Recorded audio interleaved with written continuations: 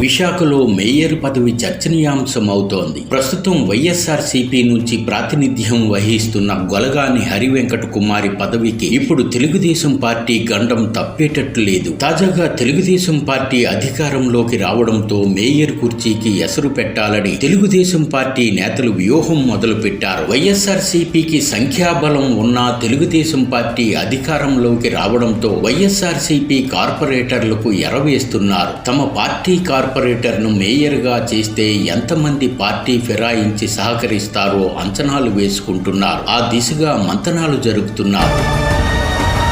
జీవీఎంసీలో 98 వార్డులకు 58 మంది వైఎస్ఆర్సీపీ కార్పొరేటర్లు, 30 మంది తెలుగుదేశం పార్టీ కార్పొరేటర్లు, 4 ఇండిపెండెంట్ కార్పొరేటర్లు, 3 జనసేన కార్పొరేటర్లు, బీజేపీ నుంచి 1, సిపిఐ నుంచి 1, సిపిఎం నుంచి 1 కార్పొరేటరు ఉన్నారు.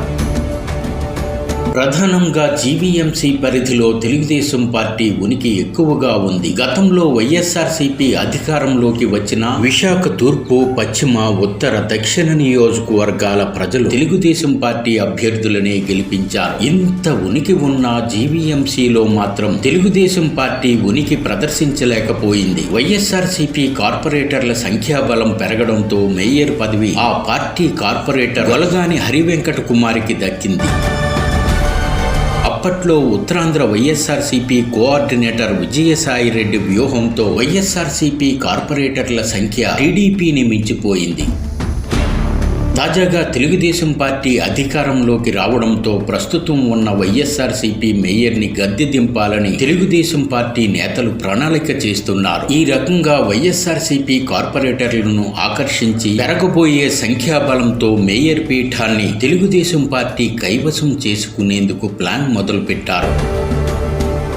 తెలుగుదేశం పార్టీ నుంచి పలువురు కార్పొరేటర్లు మేయర్ రేసులో ఉంటే కూటమిలో భాగంగా తమకు ఆ అవకాశాన్ని ఇవ్వాలని జనసేన పార్టీ కార్పొరేటర్లు కూడా ఆ పార్టీ నేతలపై ఒత్తిడి తెస్తున్నట్లు ప్రచారం జరుగుతోంది.